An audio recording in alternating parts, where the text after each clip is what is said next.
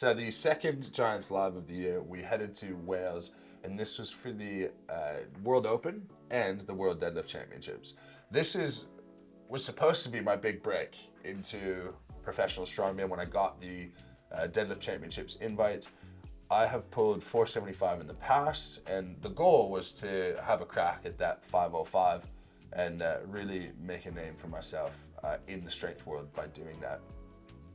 Now this one was interesting. So I went to the stadium the day before, and it sort of reminded me, for anyone from Canada, it reminded me of like a junior A hockey stadium. Like, it was just very kind of standard. It certainly was not the same thing as Royal Albert Hall. But once you get the lights in there, you get the stage, you get the seats, it turns into the same environment, and it's still pretty cool. So we're warming up for that. And in the World Deadlift Championships, hectic lineup.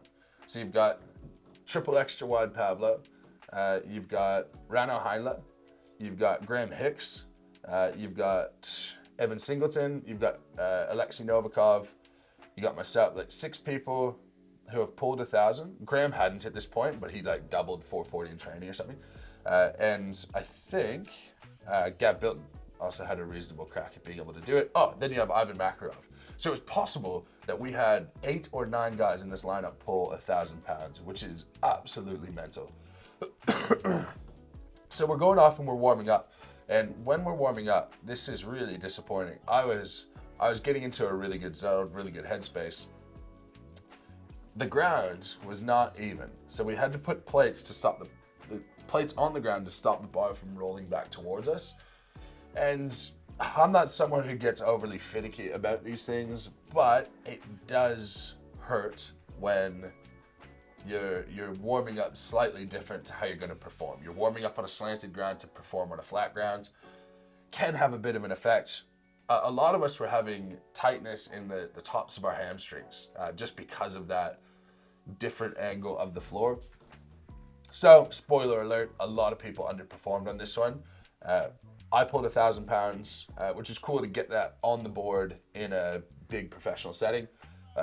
Wide Pavlo, 1,000 pounds, Graham Hicks, 1,000 pounds, Ivan Makarov, 1,000 pounds, and then Rano Heinle won it at 476 kilos, which is pretty cool because Rano did that, and I think Rano's 63 years old. So good on Rano for doing that.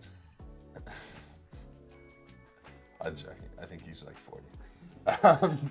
So in terms of the overall comp, my strategy for this is really pull the biggest deadlift I can and hang on as much as I could. Traditionally, I don't have family or my fiance backstage with me just because I feel they're a bit of a distraction and I'm just enjoying the time with the guys, and I don't want to worry about them being taken care of or anything.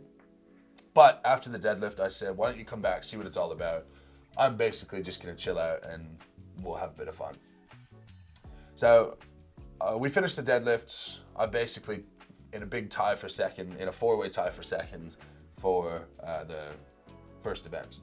Then we're going into a medley, and the medley was actually pretty big. So we ran 10 meters to pick up farmer's handles, walked the farmer's handles 10 meters, ran back to pick up I think sandbag was first. Pick up the sandbag, load it, run 15 meters back, pick up a keg, load it, run 20 meters back, pick up a tire, and load it. So that was pretty exerting, and had to run a long way in that one, which traditionally is in my favor. But after that big deadlift, like hamstrings were just so angry. So I did fairly well in this. I ended up with a time of 38 seconds, but Wide Pavlo surprised everyone, and he beat me by a half a second. So I was in second place on that event. I think, to be honest, he moves just as quickly when he's carrying something as when he's not, and that's the big challenge. So something a little bit to work on for next year, but regardless, very good results out of that. The next event was the log lift, and I'm not particularly well known for my log lift. This was 145 kilos, and before me, Alexei had gone, and he did 7 reps, and he was in the lead with that. Now, we had 1 pad each, and this was a bit of a mess up on Giants Live behalf, but in my opinion, strongman is adapting. Strongman is performing in non-ideal circumstances. So that bit really didn't bother me. I know that set a lot of guys back and they really didn't like that.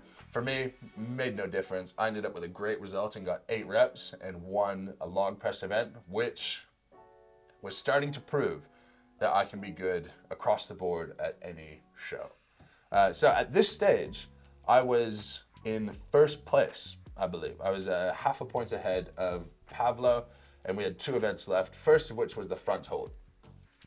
In the front hold, it's sort of hard to think, like, what's a good time? And so I was talking to Coach Laws, and he said his best time ever was 52 seconds with this setup. If you beat 52 seconds, you're going to be in good stead. And so I held until I was at 52 and then made sure that I beat it and then dropped it. Got 54 seconds and ended up winning this event, which is fantastic. I have no idea how I won the event because if you look at my shoulders, I got long arms. I don't know how I'm good at that, but apparently I am. And yeah, really good results. So I picked up another 2 points there. And I think at this stage I was 3 points in the lead. No, I would have been 2.5 points in the lead going into the Atlas Stones. And remembering that in Cardiff, at Royal Albert Hall, I dropped the second stone, and this is the next time I was going back to them. I was excited to redeem myself, but I was also a little bit apprehensive. So at Royal Albert Hall, I did 5 stones in 35 seconds. In Cardiff, I did 5 stones in 21 seconds.